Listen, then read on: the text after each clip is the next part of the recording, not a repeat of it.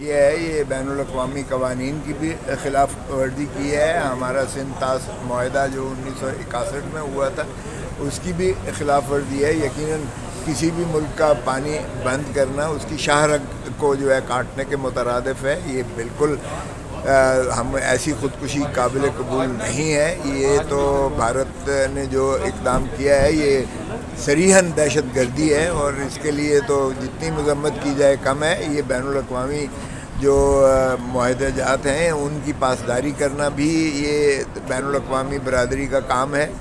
اور نہ صرف یہ بلکہ آپ دیکھیں جو پاکستان جو یونائٹڈ نیشنز کا سب سے پرانی قرارداد ہے کہ پلیبسائٹ کرایا جائے گا کشمیر میں, اور دھوکہ دے کے اس وقت جو ہے وزیر اعظم ہندوستان نے وہ سیز فائر کروایا تھا. وگرنہ ہمارے قبائلی اور ہمارے جو لوگ تھے وہ سارے کشمیر کو بالکل جو ہے چلتے چلے جا رہے تھے. اور کشمیری چونکہ وہ سارے ہی مسلمان ہیں اور سارے ہی چاہتے تھے پاکستان میں ضم ہونا, اور وہ مہاراجہ جو ہندو تھا اس کی جو ہے بالکل ہم نوا نہیں تھے. وہ اگر ہندوستان کی اس سازش کے اور اس دھوکے بازی کے جو ہے اس فریب کے اس چال میں نہ آتے اس وقت کہ جو ہماری پاکستان کی حکومت ہے, تو آج یہ کشمیر کا مسئلہ بھی حل ہو چکا ہوتا. تو اگر بین الاقوامی ساری برادری نے ایک متفقہ طور پر اس قرارداد کو 1948 میں منظور کیا تھا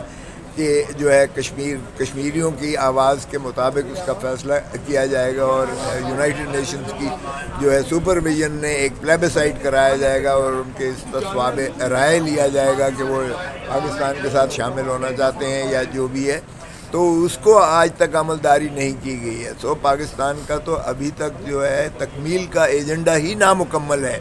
اور پھر اس پر ترا یہ ہے کہ وہ جو اسٹیٹس تھا جو کشمیر کا وہ بھی مودی نے اپنا 370 جو ہے آرٹیکلز کو منہدم کر کے وہ ضم کر دیا.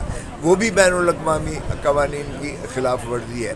اور اب جو سندھ طاس معاہدے کو یک طرفہ طور پر اس نے معطل کر کے منسوخ کر کے اس پر عمل بھی کرتے ہوئے پانی کو جو ہے ڈائیورژن کی ہے, تو ہمارے تو دریا خشک ہو جائیں گے. اور دریا خشک ہونے کا مطلب یہ ہے کہ خشک سالی یہاں آئے گی, نہ صرف جانور مریں گے انسان مریں گے.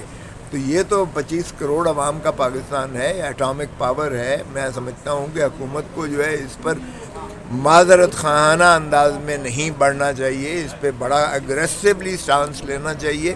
اس میں OIC مسلم امہ کو اکٹھا کرنا چاہیے اور ان کو بھی باور کروانا چاہیے اس کی سنگینی کس نوعیت کی ہے. لیکن بدقسمتی یہ ہے کہ اگر ہمارے جو ماشاءاللہ جعلی وزیر اعظم جو فارم 47 کی پیداوار ہیں, اور اگر محترم نواز شریف صاحب جو بھی ڈاکٹر یاسمین سے ہارنے کے باوجود اسمبلی میں بیٹھے ہوئے ہیں فارم 47 کی وجہ سے, اگر ان کے ذاتی تعلقات اور مراسم مودی کے ساتھ اس طرح سے گہرے ہیں کہ وہ ان کے ذاتی فنکشنز پر بغیر ویزے کے پورا ٹبر لے کر جو ہے ماشاءاللہ یہاں آتے ہیں پاکستان کی سرزمین پر, اور پھر جو ہے ان کا جو بزنس میگنیٹ وہاں سے آتا ہے اور ان کا بیٹا لے کے اس کو مری کی سیریں کرواتا ہے, تو آج تک نواز شریف تو بولا ہی نہیں ہے اس ایشو پر. تو پھر آپ کیا توقع کرتے ہیں کہ کیا یہ حکومت فارم 47 کی پیداوار جس کا معذرت خواہانہ انداز ہے یہ اس کا حل کریں گے, یا یہ اس کا منہ توڑ جواب دیں گے, یا یہ ٹکر کی بات کریں گے؟ تو میں سمجھتا ہوں کہ عمران خان کو فوراً مخلصی دی جائے.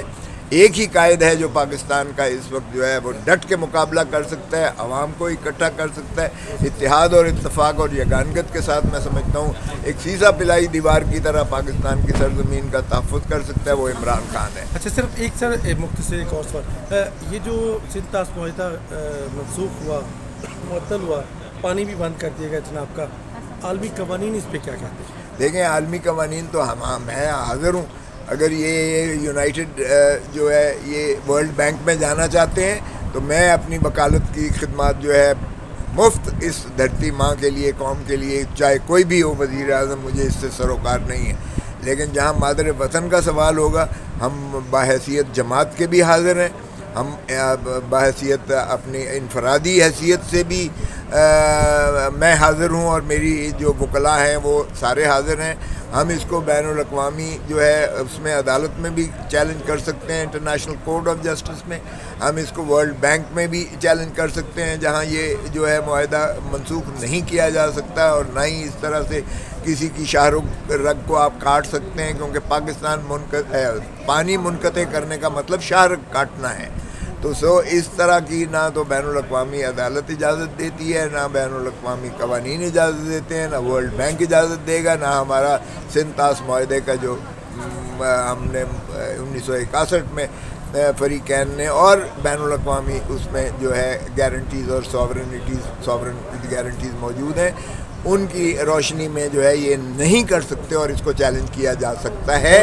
لیکن اب دیکھتے ہیں کہ حکومت کیا کرتی ہے، اور حکومت کیا اس ایشو پر، اگر وہ عمران خان کو تو چھوڑنے کو تیار نہیں ہے، مجھے یہ بتائیں، ملاقات تو کروانے نہیں دیتے ہیں، نیشنل کنسنسس کیا بلڈ کریں گے بھائی؟ اگر آپ کو قومی اتفاق اور اتحاد اور یگانگت کی ضرورت ہے اور آپ سمجھتے ہیں کہ ایک قومی مسئلہ ہے، یہ نیشنل سیکیورٹی کا مسئلہ ہے، تو پھر آپ اس قدر فستائیت کیوں کر رہے ہیں کہ آپ نے اپنے لوگوں کو جو ہے قید و بند کی صحبت میں مبتلا کر کے آپ نے جو ہے یہ ایک ڈائکوٹمی کی ہوئی ہے کہ وہ دنیا کہے گی بھائی اپنے ملک کو تو پہلے معاملات کو ٹھیک کرو، ہمارے معاملات بعد میں ٹھیک کرنے ہیں، پہلے اپنے تو ٹھیک کرو۔ بہت شکریہ۔